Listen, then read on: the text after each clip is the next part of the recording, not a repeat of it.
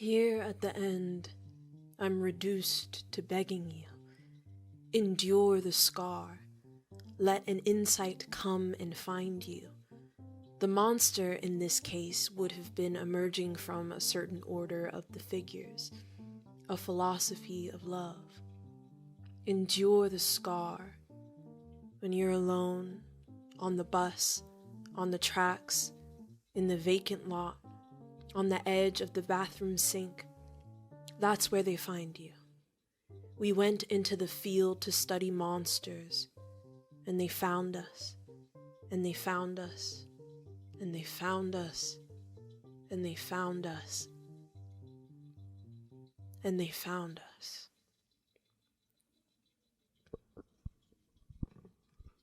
What if we chose to be monstrous? Not sallow-skinned or night-damned or dead amongst the living. I mean, what if we chose to be large, ugly, frightening? Hi, my name is Maud, aka the Dainty Funk, and this is I'm a Monster, and so are you.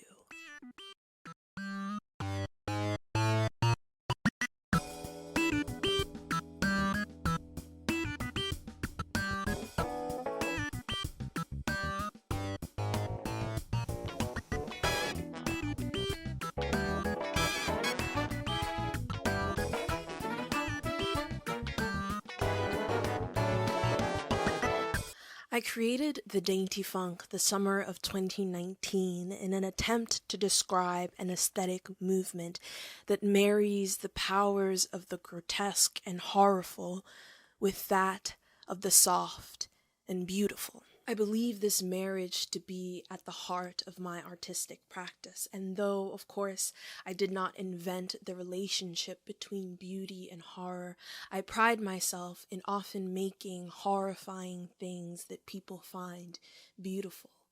But I think that there is something revolutionary about that, finding beauty in horror, in things that are meant to be monstrous. I feel like the monster as an institution or perhaps a praxis is something that much more powerful, something I am looking to make other people understand.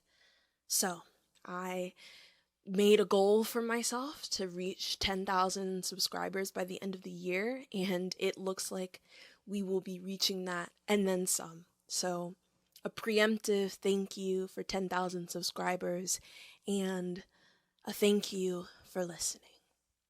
Now, on with the video. What do I think about monsters? I think a lot of things about monsters. I think particularly that I don't want to think about them. Making a monster invites you to embody the fears in a speculative project. I think that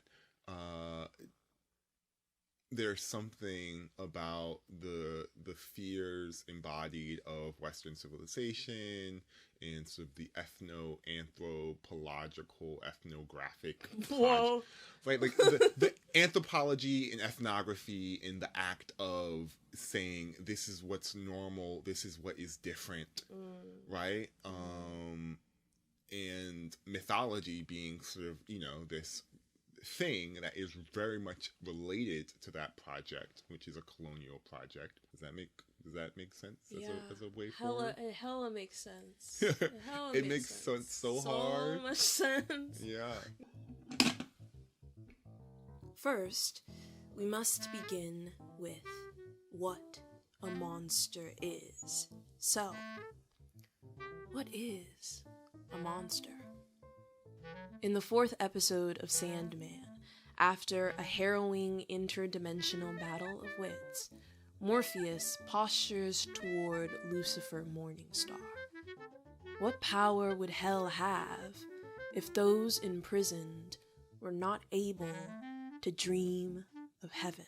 How would you know of darkness if you'd never seen the light? How'd you know of bliss if you'd never experienced despair? Freedom, if not for captivity, how could you hate hell if it is all you've ever known? If, by the Sandman's own logic, hell's inhabitants are only damned because of their hopes of salvation, perhaps those in heaven are in paradise because they know the alternative is hellfire. What power would heaven have if those within it were not able to dream of hell? Therein lies an age-old moral quandary about the truth of the systems and institutions of morality. The distinction between heaven and hell as a place where our souls are rewarded and tortured respectively did not appear in Christian literature until the Apocalypse of Peter, an early Christian text of the 2nd century. It is a translated addendum to the Bible, interpreted by white men in the 17th and 18th century, white clerical men, to be specific. Peter describes a journey to the underworld and visions of the afterlife. He details heavenly bliss for the saved and, with particularly physical details, internal punishment for the damned. The punishments mimic a kind of retributive justice, the law of retaliation, an eye for an eye. Blasphemers are hung by their tongues. Liars who bear false witness have their lips cut off. Gay men and lesbians fall from the precipice of a great cliff over and over and over again. Disobedient slaves gnaw at their tongue, each according to his deed. Religiosity, especially in the white American Christian context, and most certainly within my early experiences of Christianity, is in the guilt-producing business. The possibility of reward and the threat of punishment act as a way to control a population. We are born in sin. We are fallen. We are monstrous. Christ was sent to die for our sins, to rescue us from our humanity, from the flesh.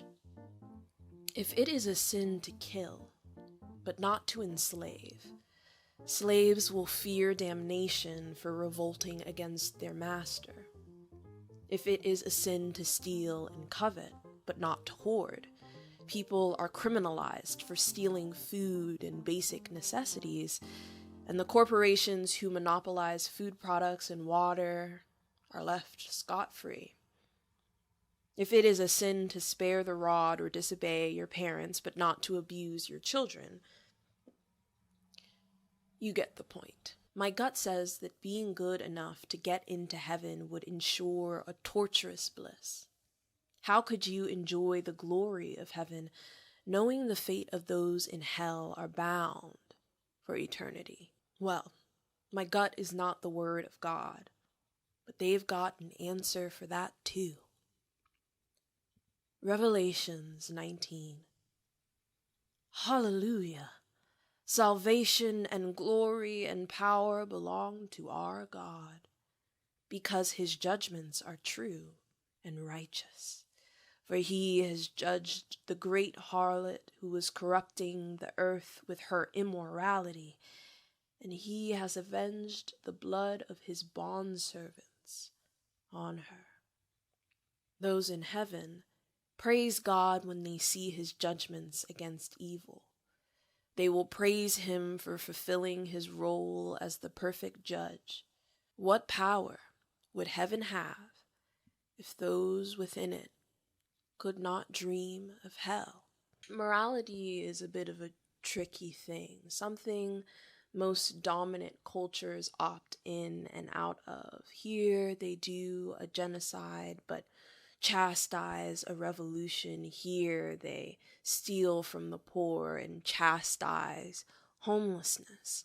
Stealing, lying, violence, all of it morally corrupt, unless it's state sanctioned. Good and bad, righteous and evil are often tools wielded against the lower class, rules that people not in power must abide by.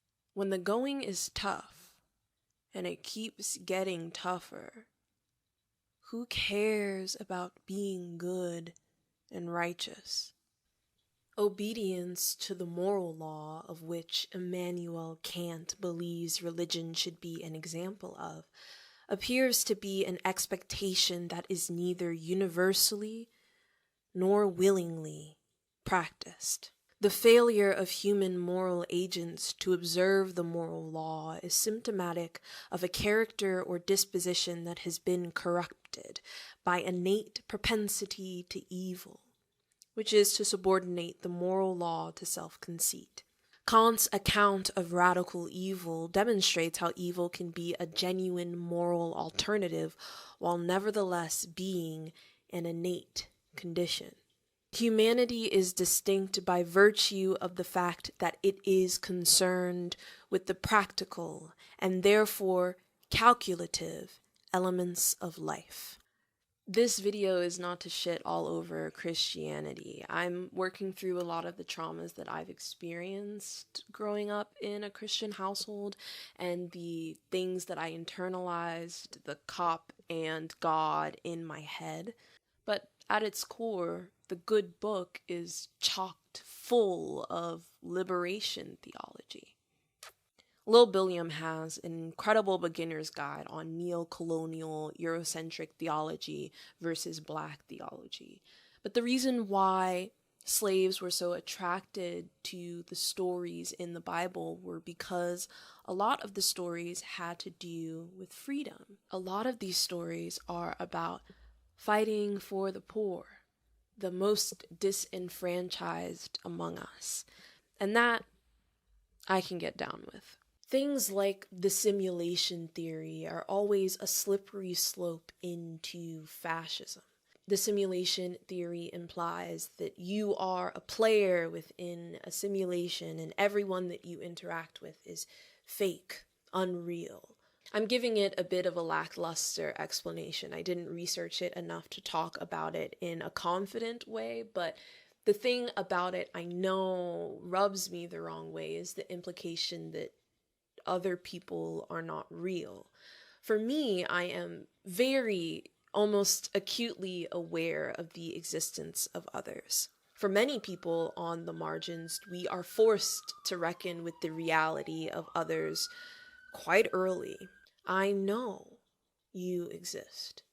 Some of you make it hard to think otherwise.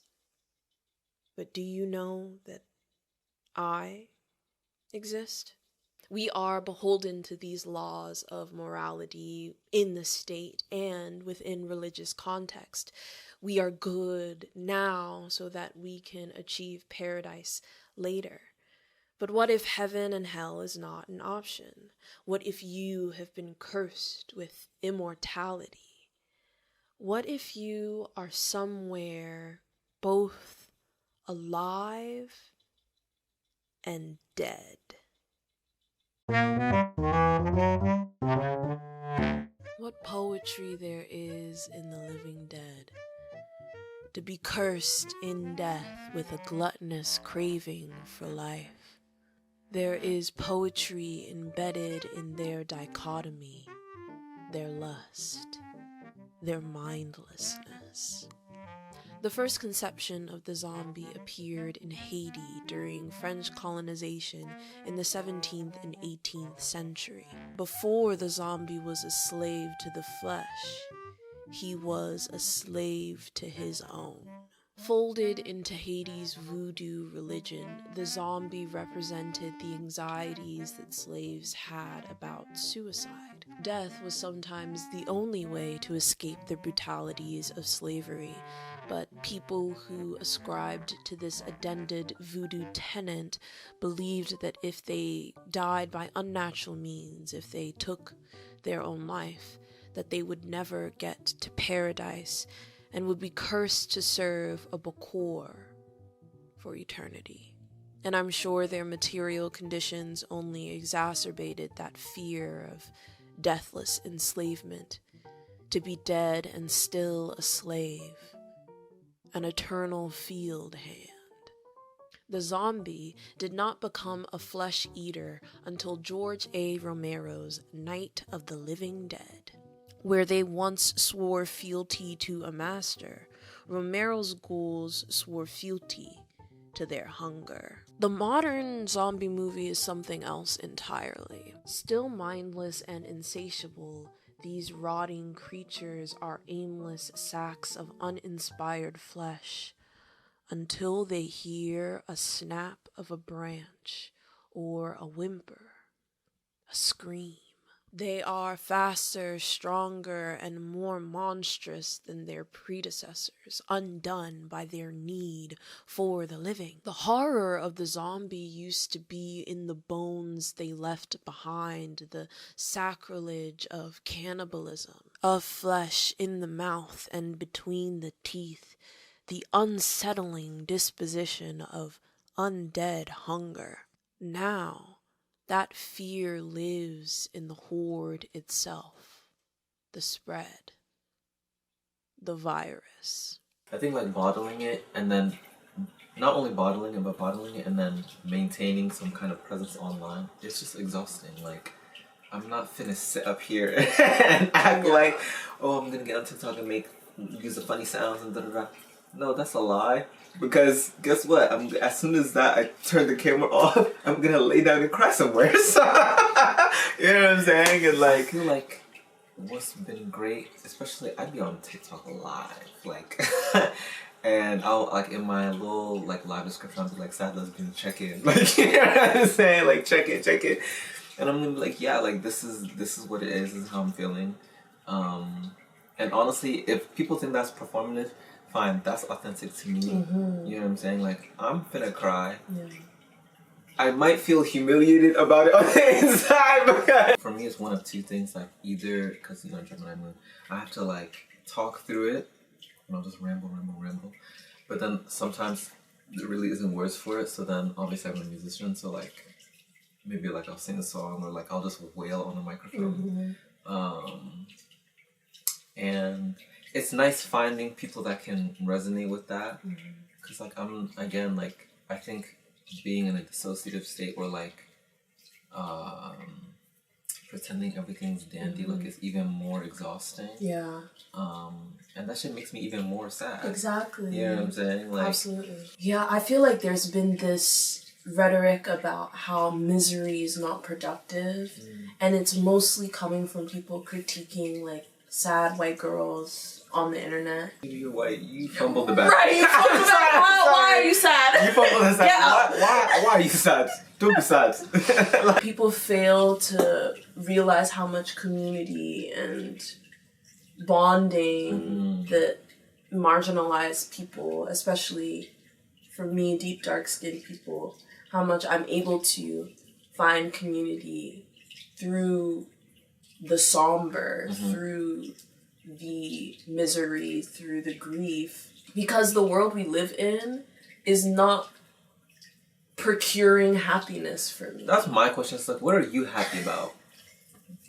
Answer that one, because and not to say there's nothing to be, not to say, and that shit makes me feel crazy, especially being in a double pandemic, climate collapse. Oh, don't let me cry. What world are we living in that you are not miserable as well? Join us. In the film 28 Days Later, a young man awakens from a coma and finds himself on the run from homicidal zombies in a post-apocalyptic London. The film was markedly different from zombie films of old, borrowing from recent anxieties of the 21st century, terrorist attacks, and disease outbreaks. 28 Days Later becomes an allegory that feels that much more poignant during a real pandemic. Living in constant fear of infection, looking for comfort and connection in the midst of intense isolation, even the empty city streets seem eerily familiar to us now. I want to go to disfigurement for a moment, because I think disfigurement is this is very much tied to monstrosity and the idea of the monster, because we get monsters in pieces, right? Narratively, you see typically before a flash of something, or an obscure image, or an image of what the thing has done. Maybe a paw print, a claw print, a maimed body or object, right? We don't get, what I mean by disfigurement is we do not get all of the monster at once. Disfigurement implies that there is a figure, right, to be or to be outside of, or failing, or, right?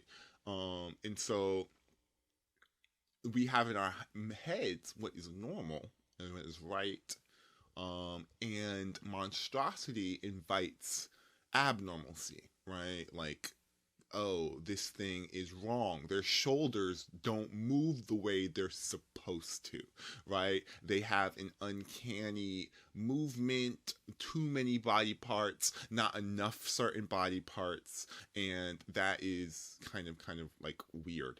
I think that's reasonable, but I find myself shirking or cringing, shrinking away from the word normal. Right. The idea of what is normal and abnormal. And how, to a certain extent, of course, being many-limbed or uncanny in movement can be fantastical, but also like attributable to disabled folk, disfigured folk, people who exist in the real world.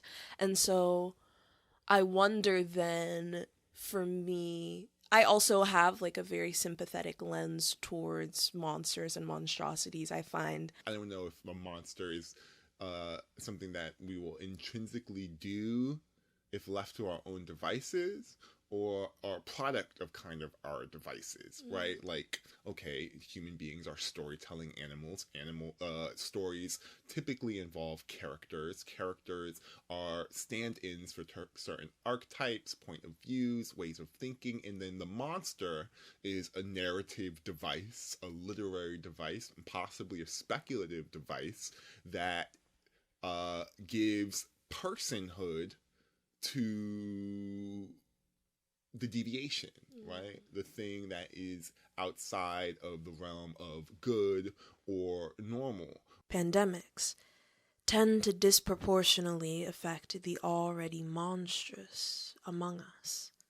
The poor, the disfigured, the disabled.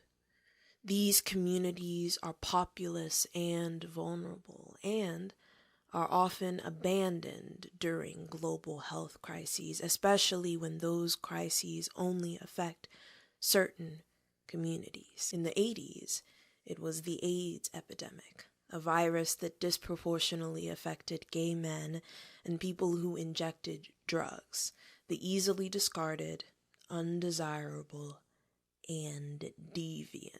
In the modern zombie movies, the zombie horde increases exponentially. Once one person is infected, it is only a matter of time before the zombie horde is almost impossible to handle. The protagonists are racing against the clock, the rapidly growing, amorphous, characterless blob of the living dead. Their clothes are tattered, dirtied. Perhaps they're wearing an apron or a name tag, but their face has chunks of flesh missing from them, making them unidentifiable. Not only are they nameless and faceless, but most of the zombies in these movies are turned off camera. So, where do they come from? Who are the zombies, really? In Bong Joon-ho's Academy Award-winning film Parasite, when there is a torrential downpour that floods the homes of low-income households that live semi-underground, the Kim family and countless other poor families are displaced into a public auditorium. The stench of sewage water and the debris of their personal belongings scattered across the floor. At this point in the film, the question rings in my head once again. Who are the zombies? Who is the parasite? In a world where zombification is possible, the same communities that are continuously abandoned during natural disasters, health crises, and pandemics are the same communities that would become the infected, flesh-eating parasites unified by their insatiable hunger. In this way, to become a zombie is more revelatory, telling of one's status in the world. In shows like The Walking Dead, the writers are not shy about letting us know who they believe the real villains of a zombie apocalypse will be. Every season is more damning than the last as we watch our favorite characters fall victim to the natural evils of humanity. Or something. I wouldn't know. I never watched this show. Nevertheless, I've consumed enough zombie media to know the only way to beat a zombie apocalypse is to have some kind of community. And what's more tight-knit than the zombie horde or a coven? In my last video, I briefly mentioned how commodity racism proliferates scientific racism into the mainstream. If you put Aunt Jemima on a pancake mix box, it's easier to make the consumers believe what they think a black woman is or should be. A helper, a good cook, a mammy. It's that much more natural, true. There is some debate about the inventor of the pancake mix, but the first black woman hired to pose for the Mill brand's packaging was Nancy Green, a former enslaved woman, nanny, activist, and a cook from Kentucky. I'm not saying that a black woman invented pancakes, but I'm saying a black woman invented pancakes. Commodity racism is a tool that permeates its way through all of the systematic oppressions we may experience. Racism, transphobia, ableism, fat phobia, the list goes on and on and on and on. Once that stereotype gets its own ad, oh, we're golden, baby. So what the fuck went down to make the witch? The short answer is misogyny, but we're in the business of drawing things out. So, here's the long answer. It's a little bit of everything, a hodgepodge of efforts to stamp out the modern woman and her unsubstantiated tantrums, to reinforce fears about non-Christian religions, paganisms, and primitive magic, and to further demonize medicine in favor of miracle. It's been crazy making to hear the alt-right rebrand science and biology as their pillars of truth, something that they are trying to preserve, that they are fighting for, when, historically, conservatism has made out of science a sort of devil worship, and none knew more of that persecution than the witch. Okay, I'm being a bit hyperbolic here, but the fact that there were widespread witch trials throughout the Western world that took the lives of thousands of convicted witches is severe enough for it to be worth mentioning. These witches, typically women but not always, were midwives that performed abortions, hence the baby-eating myth, business-owning tavern women with long pointy hats that announced their station, people with an extensive knowledge of herbs and their benefits. Perhaps they had a couple potions that they took to help with indigestion, people who may have kept their house obsessively tidy because they linked cleanliness with good health, even, hence the flying broom, or black cat owners who kept cats at home to keep rodents away, the poor, the enslaved, those who went against what is true, natural, tradition. But perhaps the most damning proof of witchcraft was the threat of lesbianism. If women were healthy, business-owning lesbians, what would they ever need good Christian men for?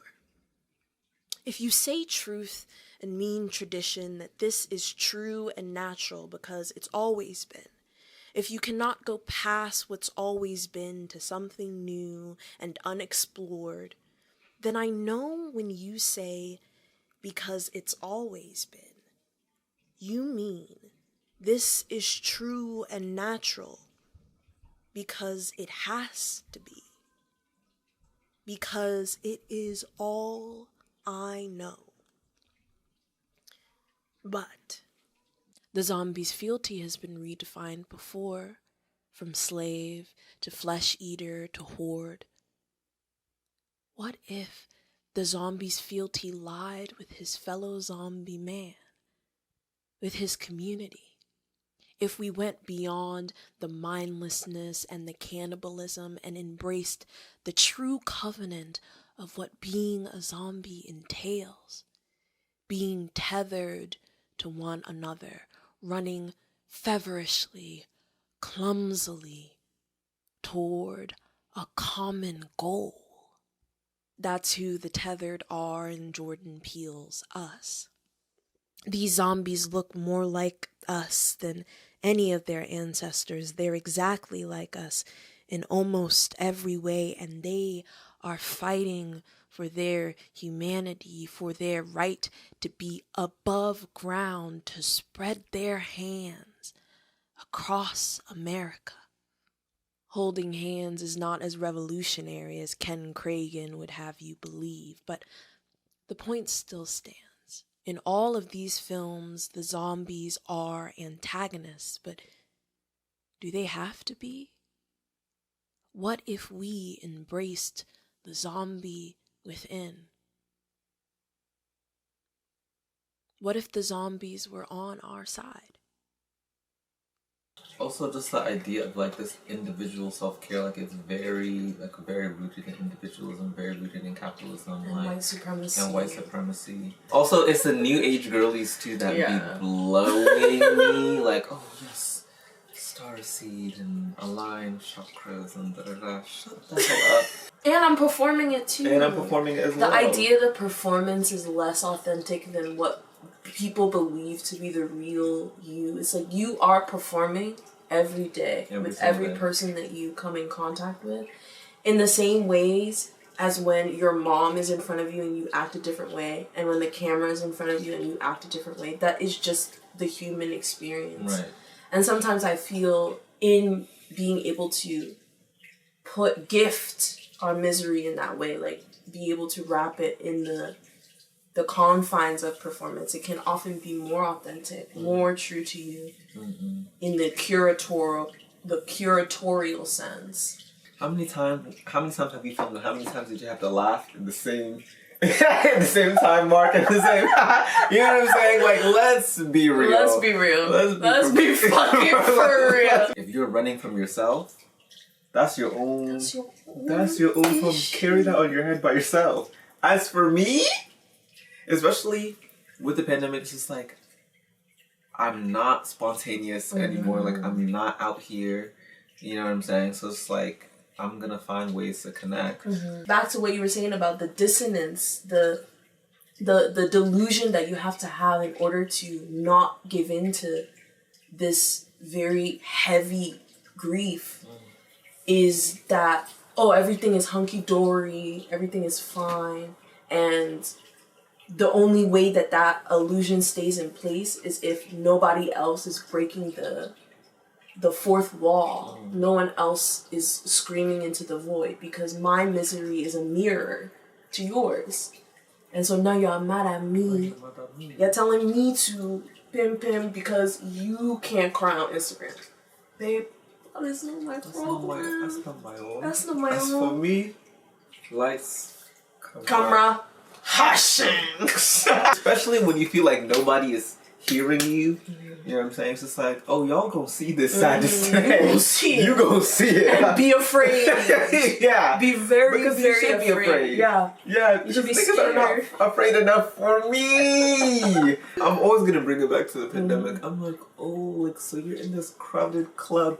There's no air ventilation. They're not checking vaccine cards anymore. They're not saying, oh, negative test in the past how many days. I think you're okay. You think you're invincible? No, you listen when you are dead. You listen when you are dead. Life is not forever. At all. At all. Thank God it's not. And like, as we were saying before, like, life is a disabling event. If you live long enough, you're going to become disabled. It's only a matter of time. So it's not if, it's when. When? In the past half-decade, the roundabout outrage that we've seen in response to the diversification of fantasy media and the over-politicization of rebooted fan favorites has become increasingly predictable. Between Star Wars, Lord of the Rings, Invincible, and most recently, The Little Mermaid. All of these once beloved franchises have fallen victim to the ever-present, all-consuming evils of wokeism.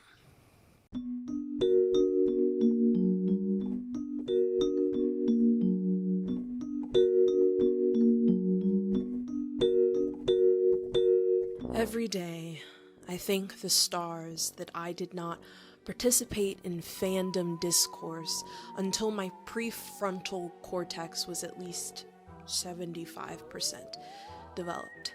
I think it would have been enough for me to give up on sci-fi and fantasy altogether. I'm not that well versed in science fiction, but one of my favorite science fiction writers is N.K. Jemisin, author of the Broken Earth trilogy, a trilogy that won the Hugo Award each consecutive year a book was released. Yeah, N.K. Jemisin is your favorite science fiction writer's favorite science fiction writer.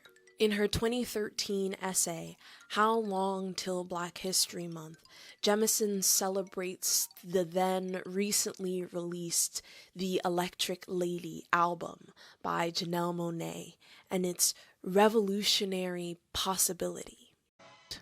Whiteness is the norm. Something that we are taught to expect in all of our stories, never as an active agent or something in the foreground, but something resting in the background where we don't have to think about race and difference. Not too much, anyway. Blackness in these settings must make a case for its inclusion, though the Black experience is often found integral within the plots of these stories. In the X-Men, for example, the mutants face marginalization, hate crimes, structural violence, even respectability politics. The militant, by any means necessary Magneto and his counterpart, the I have a dream Professor X. Who do those sound like to you? Hi, I'm Lauren Bullock. I am gender fluid, so I use a variety of pronouns. Today you can use he, they for me. I am a writer, performer, teacher, sometimes I'm a model, artist. I do a bunch of stuff. Woo! I've always been into like imaginative stuff. I think it's because I grew up like as an only child, and also like both my parents are creatives. So my dad's a musician, my mom's a visual artist, and so like it just was natural for me to always create. And so I was always drawn to creative things. I can remember being on like the playground as like a kid and being like, why are we playing tag? We could be playing pretend. Like, what? I don't understand. So yeah, I was always drawn to like fantasy, anime, comics, like you name it. I was just always interested in like things where you can use your imagination. What was the appeal for you with like fantasy specifically, outside of like maybe more realistic forms of fiction in the narrative space? I think I've always just liked the idea of magic. Like the idea, oh gosh, I feel like this is like about to be a psychological read, but like the idea that like you can influence your environment and the people around you with like a outside force that maybe they don't have access to, Mm. right? Which feels very like Matilda, right? Like you have something that can influence around you. Um, and so I think that's always really fascinated me. And I think this is also a very like queer POC narrative, right? Because a lot of those stories tend to be like, oh, I've always felt different. And it turns out it's because of magical powers, right? And like, that's the best case scenario. You felt different because actually you were awesome all along. And so I think that's why actually a lot of us get drawn to those stories, because we see kind of that not fitting within a narrative, not fitting within society. And there's like this really, beautiful explanation that's given, like, oh, it's because you're the chosen one. Oh, it's because there's these powers, oh, there's a prophecy. There's some other explanation that has nothing to do with like you or your identity. Black people have always embraced science fiction, sometimes in places the dominant culture doesn't care to look, like music. Sun Ra and his orchestra, George Clinton and P-Funk, Missy Elliott, Andre 3000, Janelle Monáe. Black writers like N.K. Jemisin, Samuel Delany, Nnedi Okorafor, Octavia Butler tend to abandon, like the speculative music that came before them, the cold, steel, post-apocalyptic futures or Middle-earth fantasies of their white counterparts for something more holistic, more indicative of the importance of time, or rather, the importance of alinear storytelling. Using history as reference, not as a rulebook, becoming clinical about our pasts instead of nostalgic, is something that I find very present in the speculative writers that I've mentioned, especially with N.K. Jemisin and Octavia Butler. There is a presentness and a care of the past with a simultaneous look toward a future where multiple people exist from multiple backgrounds. It is still dystopian, but I find these worlds more comforting, more exciting, more full of life, colorful. Fantasy is a great reminder that all things, constructs or otherwise, are made up, part of our imagination. I think the insidious thing about the media that we consume is that it tells us what is normal, natural, true. Fantasy can be, in these cases, a great experiment where we can see what is possible. Expansiveness, exploration, curiosity, all of these things are tainted by our histories with colonialism. But they don't always have to be. And fantasy is a vehicle where we can see what those things are, what we want them to be, to mold them in our image, the way that God intended. I love werewolves and vampires. They're like one of my favorite queer allegorical monsters. I also really enjoy like gory horror, like more body horror in films.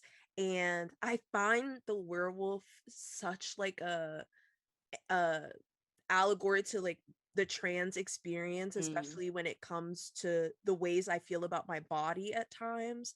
I have a very like um alien relationship with my body at times where like I forget that I have one, and then when I remember, I'm kind of like, oh, that's so weird. I hate that, actually. Yeah. And in transforming as a werewolf, as your character in the show, you become in the show in our in our game, which is a show to me.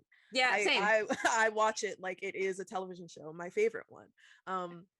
You are kind of thrusted into the body of that character in a way that I resonate with a lot as a trans identifying person. So how was that experience for you? Like, did you find any of those similarities, or like what? Yeah, just how was it playing? Right. I just want to know. Yeah, it's so funny because like of all the characters that I play, I feel like so his name is Ray Sylvan. He is a Goliath farmer, also the gentlest barbarian who does not want to fight. Boy. And so like he was so different from me in so many ways, that like the wolf aspect was almost like, sure, by the time it happens. So very quick, like his story is that when he was young, he was very sick. And then he met this god of the forest who like gave him the heart of like this wolf bat. And so at some point in our story, like that ends up being like why he becomes a werewolf. Like he's had this kind of dormant inside of him, which was a surprise to me. The DM more or less, our friend was like, and now you're a werewolf. And I was like, which I feel like that's the trans experience in some cases, right? Just being like, you're trans. Like all the signs were there. Like you were wolfy and like you could smell really good. And like you just thought having a wolf heart, like that was just that's just how it was. No. So I feel like I resonate with that because I feel like, yeah, when I like, you know, first was like, oh, like all of this falls under it's that? Are you sure? Are you sure? Yeah. I would say that would be the moment. But yeah, it's really interesting because like his masculinity feels so different from mine. Even if I'm not in like a hard mask base and in a softer mask base, like he gives off like such himbo energy, and I'm not that. Like, I just am not that. So I think that was also really interesting in like being able to play a mask character, but not from the source of my own masculinity. Which is interesting because I have other mask characters that I have played from the source of my own masculinity, but Ray is not one. In this section of the video, I talk a little bit about like the faux controversy in the diversification of like Disney movies or sci-fi movies, where people get like angry because Ariel is black, or like and how it, when given the option to make anything, to create something new, to expand our imaginations, we often are given, or people choose to recreate structures and isms that we experience in our day-to-day. And D&D for me, as well as engaging in like sci-fi that answers those questions or tries to create worlds that feel more expansive in that way, they always remind me that, oh, like this is possible. This is something that is possible for me. And it's possible because I remember my characters as the people that they are in the game.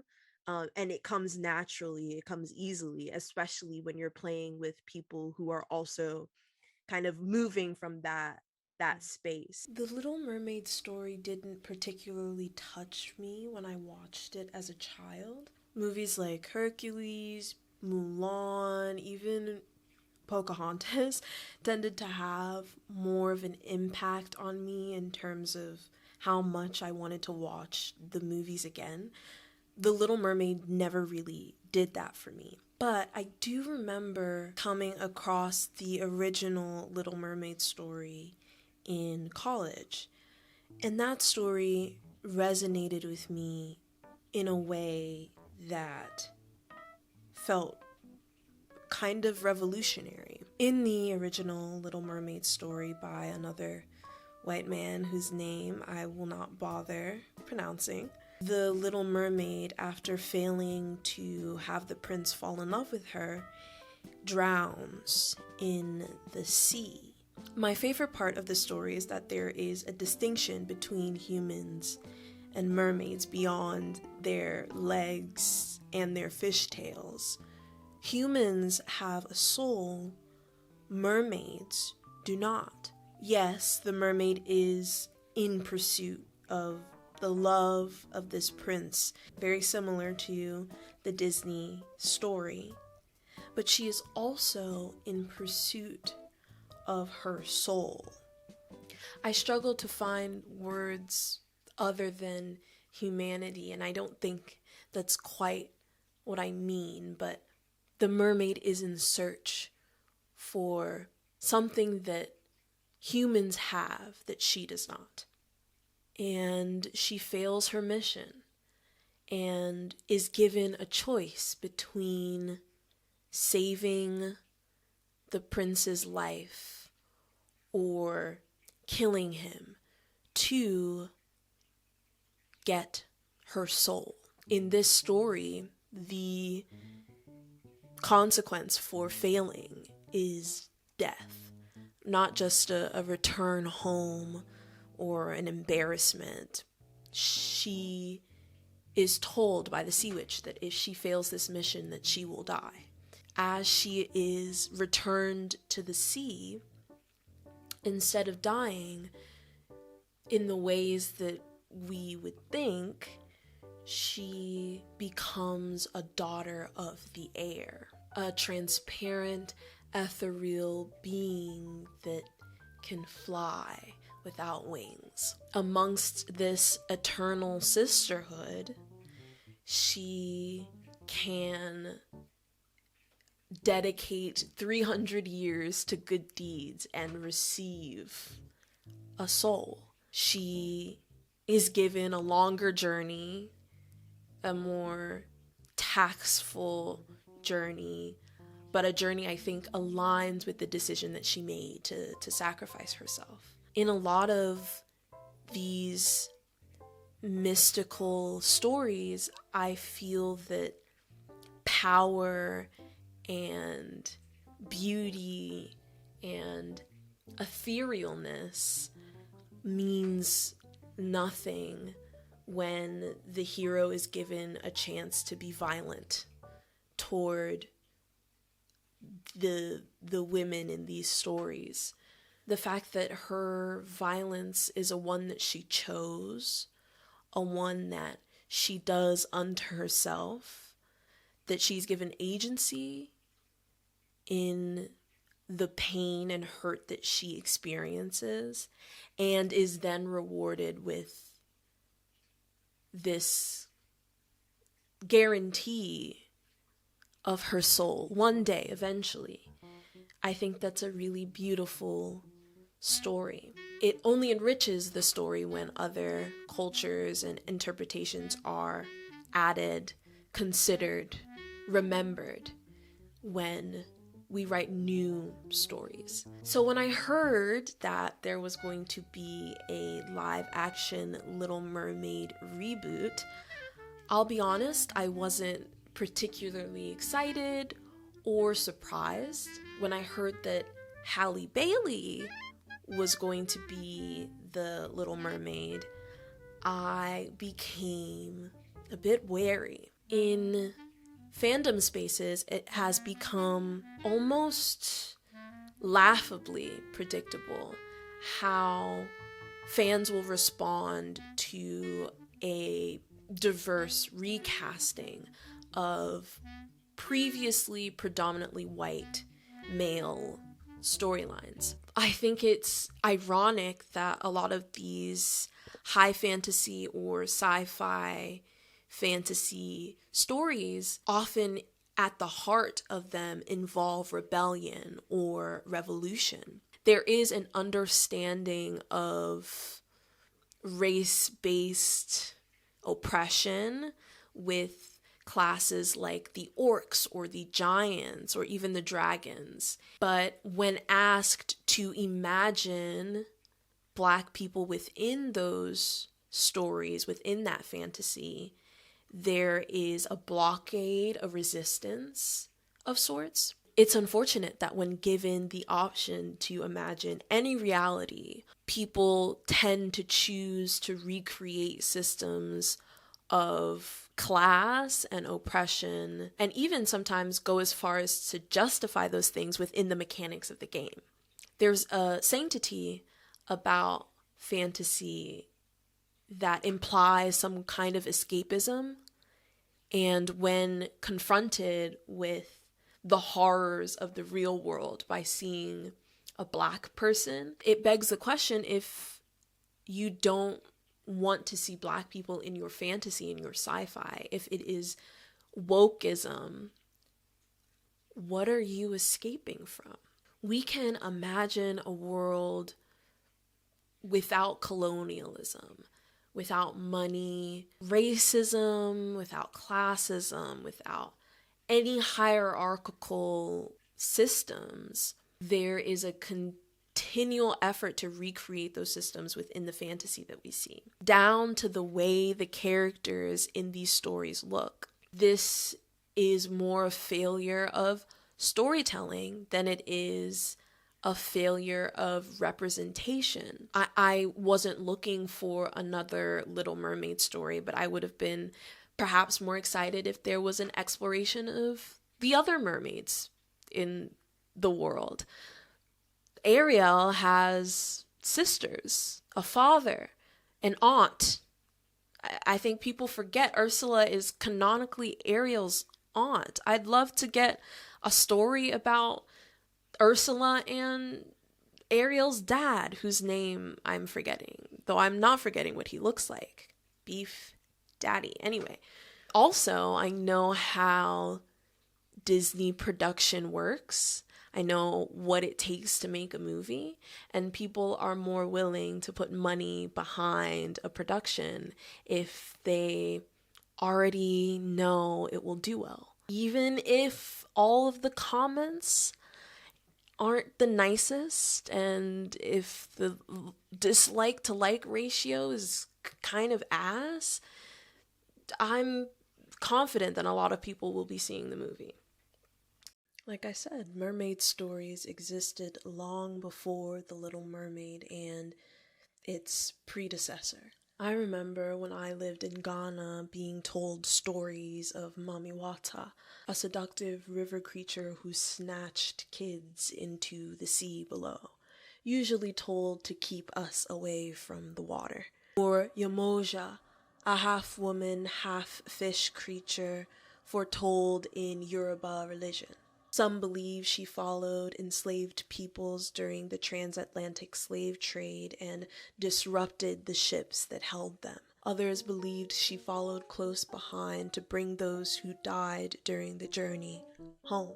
Others still believed she just served as a comfort to the Yoruba people taken. And these stories happened long before the canonical red-haired, pale-skinned mermaid that we see in The Little Mermaid today. Though I'll recognize that the story of the succubus and mermaid, the underwater nymph creature, has usually been a sexually explicit one. Mermaids in most other popular culture are often sexually deviant, creatures that are luring sailors into the sea below. But Ariel is pure, kind, naive, white. I mean, maybe the problem isn't that mermaids can't be Black, but that Black people can't be pretty. Well, if you're gonna take monstrosity as this revolutionary practice, take it all. You know what I'm saying? You can't pick and choose what's the monster here. I think of a Octavia Butler's writing, particularly in this case, because Octavia Butler, sure, is imaginative, it's interesting, it's just a good storyteller and whatnot, but Octavia Butler likes to give us monsters and make us wrestle with them in ways that are very physical, very sensorial, right? And some quote unquote very taboo. These are things that are wrong that we take implicitly, right? Like, we're not supposed to drink each other's flesh or consume each other. We're not supposed to have sex with beings that are not us, right? There's a particular way to consume things. There's a particular way to have sex. There's a particular way to be in relationship with the natural world. Alien threesomes. Anyway, she makes us get up and touch monsters, right? In a way that forces us to wrestle with, like, that vampire isn't going to change, right? That is their nature, and it is antithetical to how I'm moving through space socially and sometimes physically, and I have to accept that if I'm going to accept the monstrosity, right? If we're accepting monstrosity, then we are accepting different ways of being that, you know, cool, we're expansive, we're liberal, we're happy, but this person can't resist drinking other people's blood, right? This person can't resist burrowing into another person and murdering them, right? Like, at what point are we like, this is a line between right action and, you know what I'm saying? Like, what monsters are we keeping and which monsters are we relegating?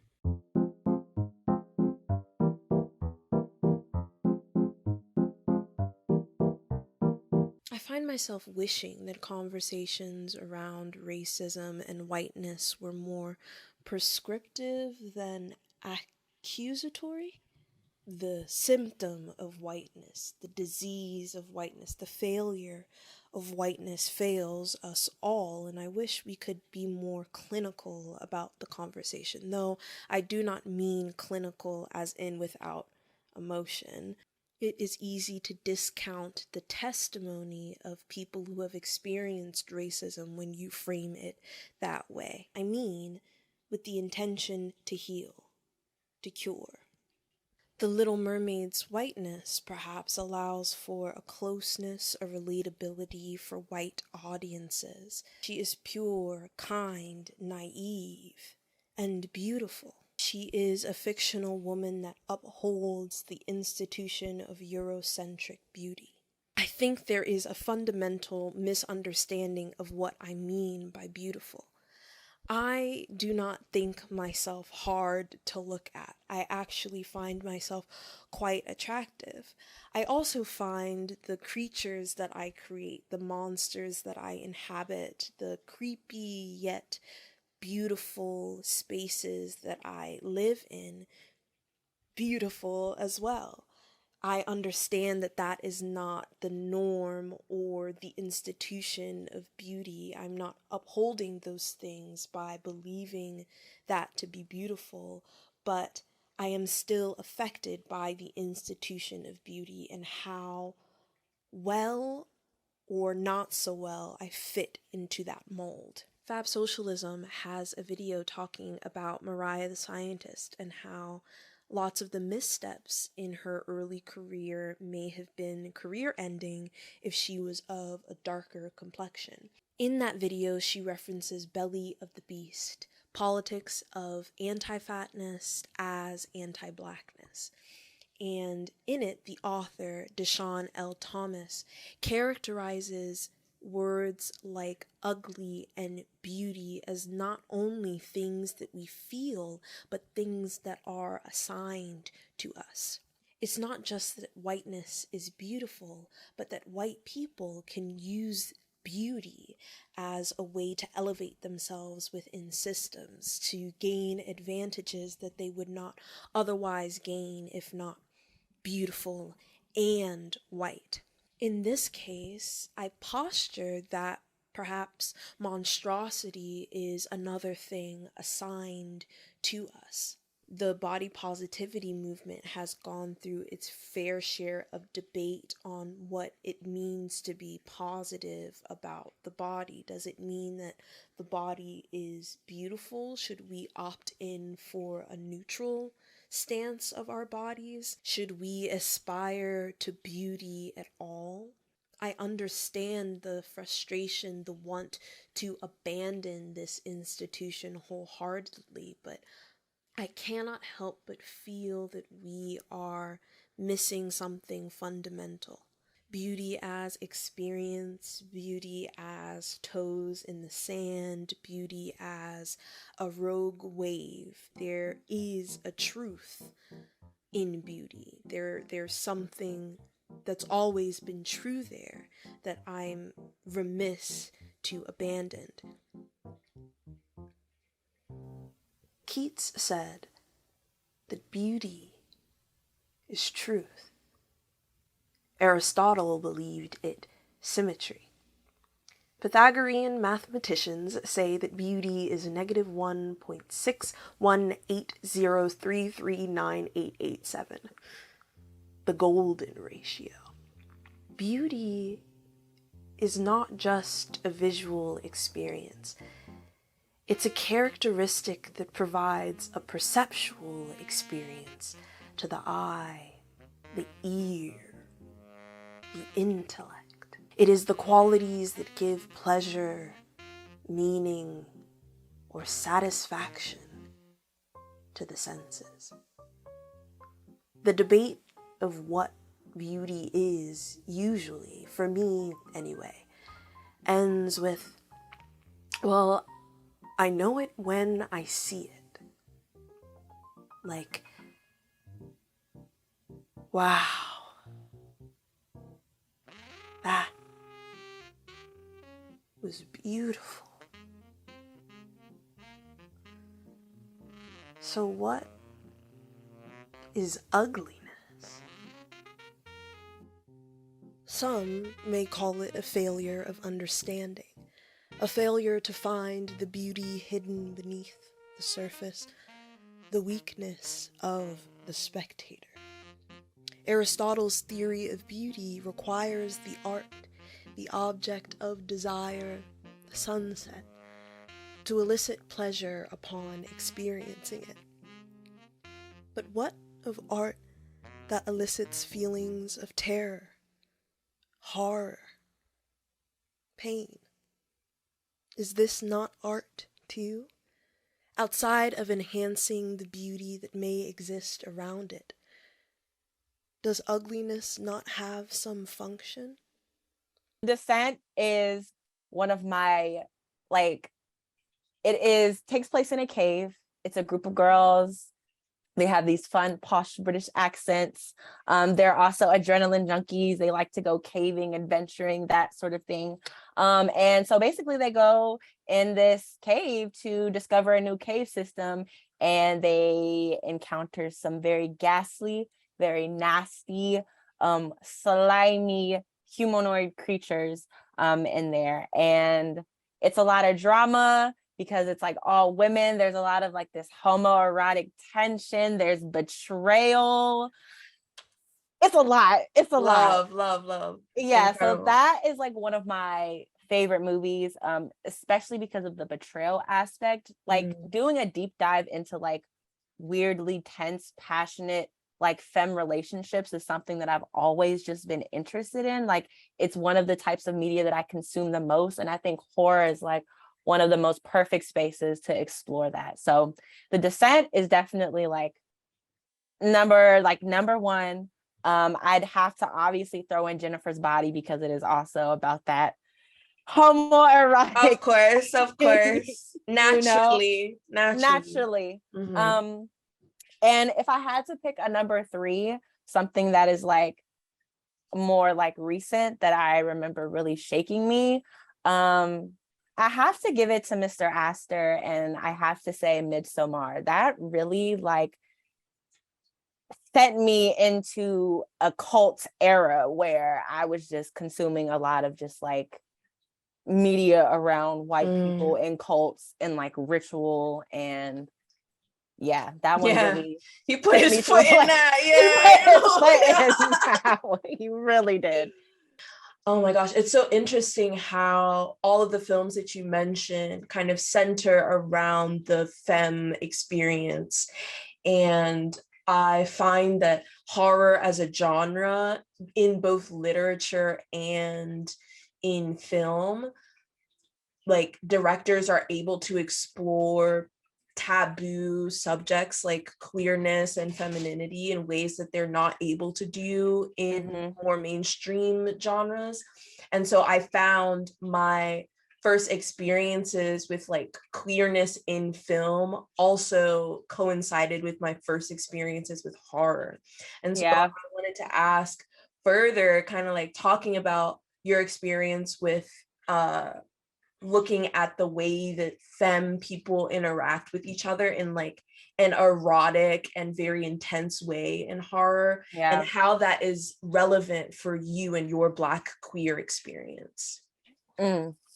That is, I love that framing. That is part of what really drew me into It Came from the Closet, the book that we're both reading sort of together. Yes. And that opening like intro essay really, I think, nailed it, which it's so funny because horror is like the genre where one could say that like queer people, marginalized people are like written out of the most, and yet queer people make up, I think, the largest like consumers of horror. It's really interesting. And so it's this line between queer baiting and then also all of this subtext that naturally comes when talking about these taboo subjects like murder and grief and loss and sexuality.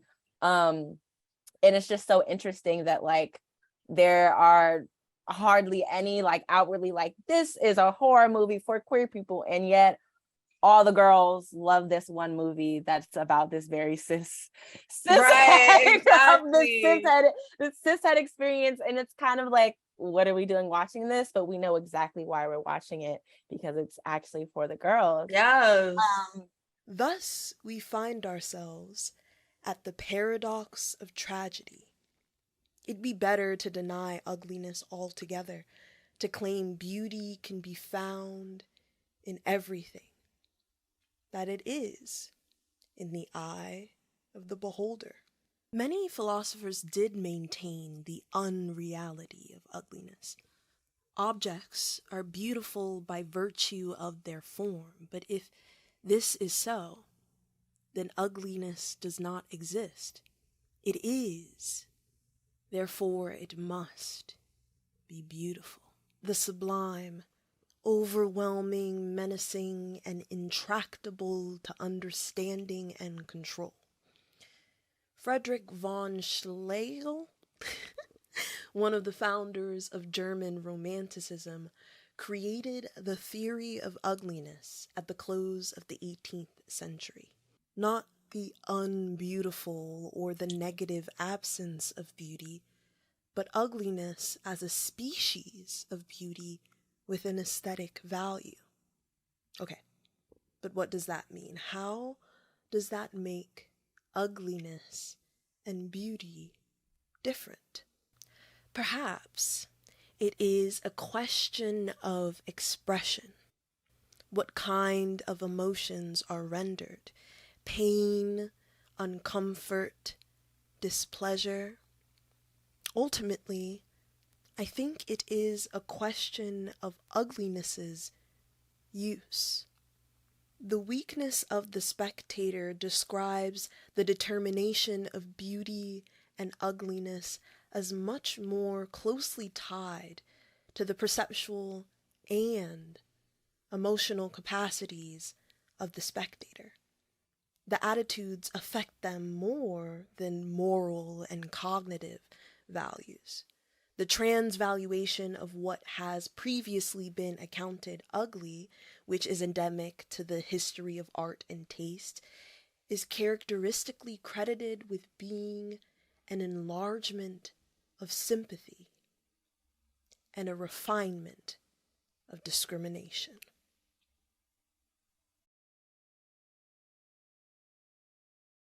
I think a lot about, self-mutilation and body horror. And those are some of the things that people associate with horror, like in general, and it turns them off from the genre.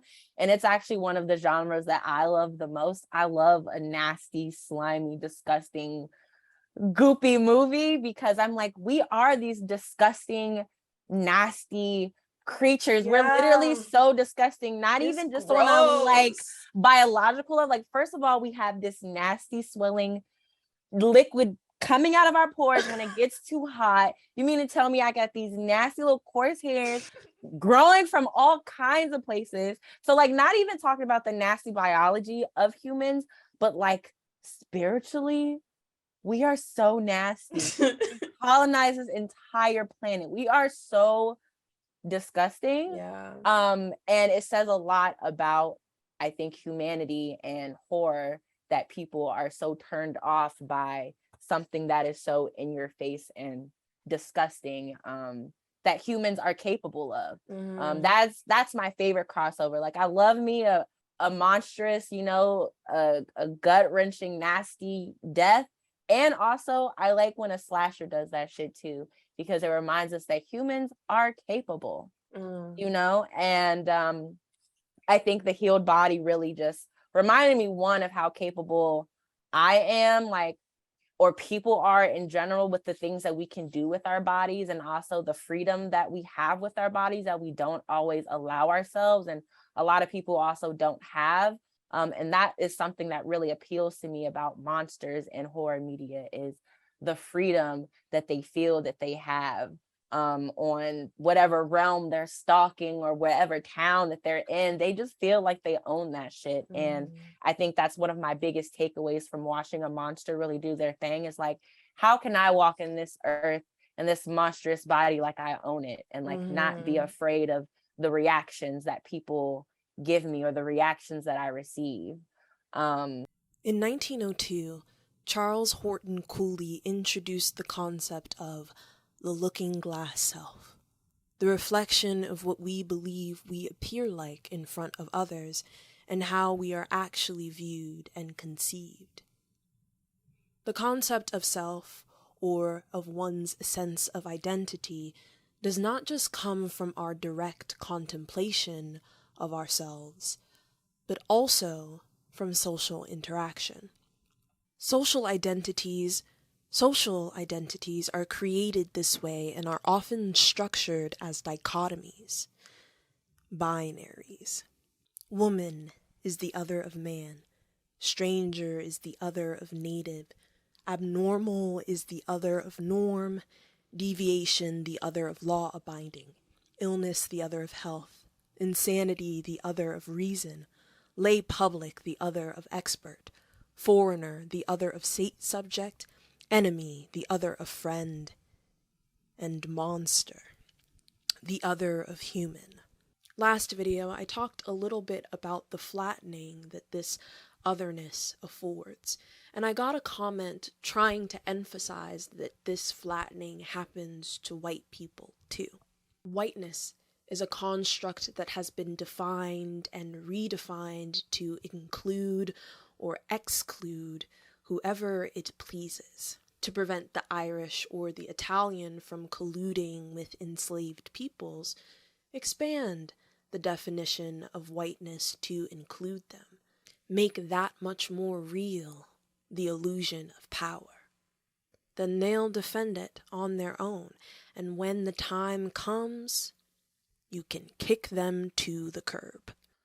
When the exclusion of non-white people succeeds, it always follows the exclusion of not quite the right white of people. To that extent, yes, I agree. White people suffer from the flattening of the heavy hand of white supremacy too. But the flattening that the other experiences is something a little different, more static, concrete. If woman is the other of man, does that make man the other of woman? Or is man the norm by which humanity is defined and discussed and socially constructed around.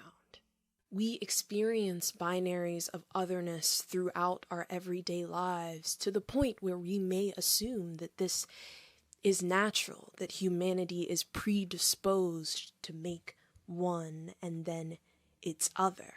But they are not natural. They are representative of a hierarchical social order. And in countries with a particularly colonial history, I read a comment the other day that kind of put into question my methods with these videos. I have a very circular, roundabout way of talking, and the point of my videos, like I said, is not to find an answer. They implied, well, more than implied, they outright said that videos like this with flowery language and poetic device and visual cues without an answer is just frivolity, nonsense. And I think that is part of the point of this video. I am fumbling through answers in real time because I think that that is what life is supposed to be, us looking for answers and stumbling into community. In my journey to answer these questions that I have about the human experience, in talking with people about their own feelings of monstrosity, their relationship to horror even, I think I've learned something, though it is not something succinct and easily put into a thesis statement. I think that is the core issue I've found with academia, that there must be an answer in the end, that the thinking and the questioning cannot just be for thinking and questioning's sake. And don't get me wrong, sometimes there is an obvious answer at the end, but I am not in the business of obvious answers. I'm seeking to perform and be authentic in the only way I know how. Long, drawn-out monologues and poems and questions upon questions upon questions. I won't get too much into debate life and what that means to me, but I've seen a lot of conversation happening about the state of debate, specifically in left YouTube spaces, and the goal in those places is to be right. And I don't know how valuable that is in the long run, what being right will really give us in the end. And I'm not interested in convincing people that do not believe in me or the things that I stand for. I'm not interested in convincing them that I'm right. I'm interested in striking them with awe. Yes, I'm frivolous. I'm frivolous. In this life, you must be. I'm dramatic and emotional and monstrous in all things. And I wouldn't want to be anything else.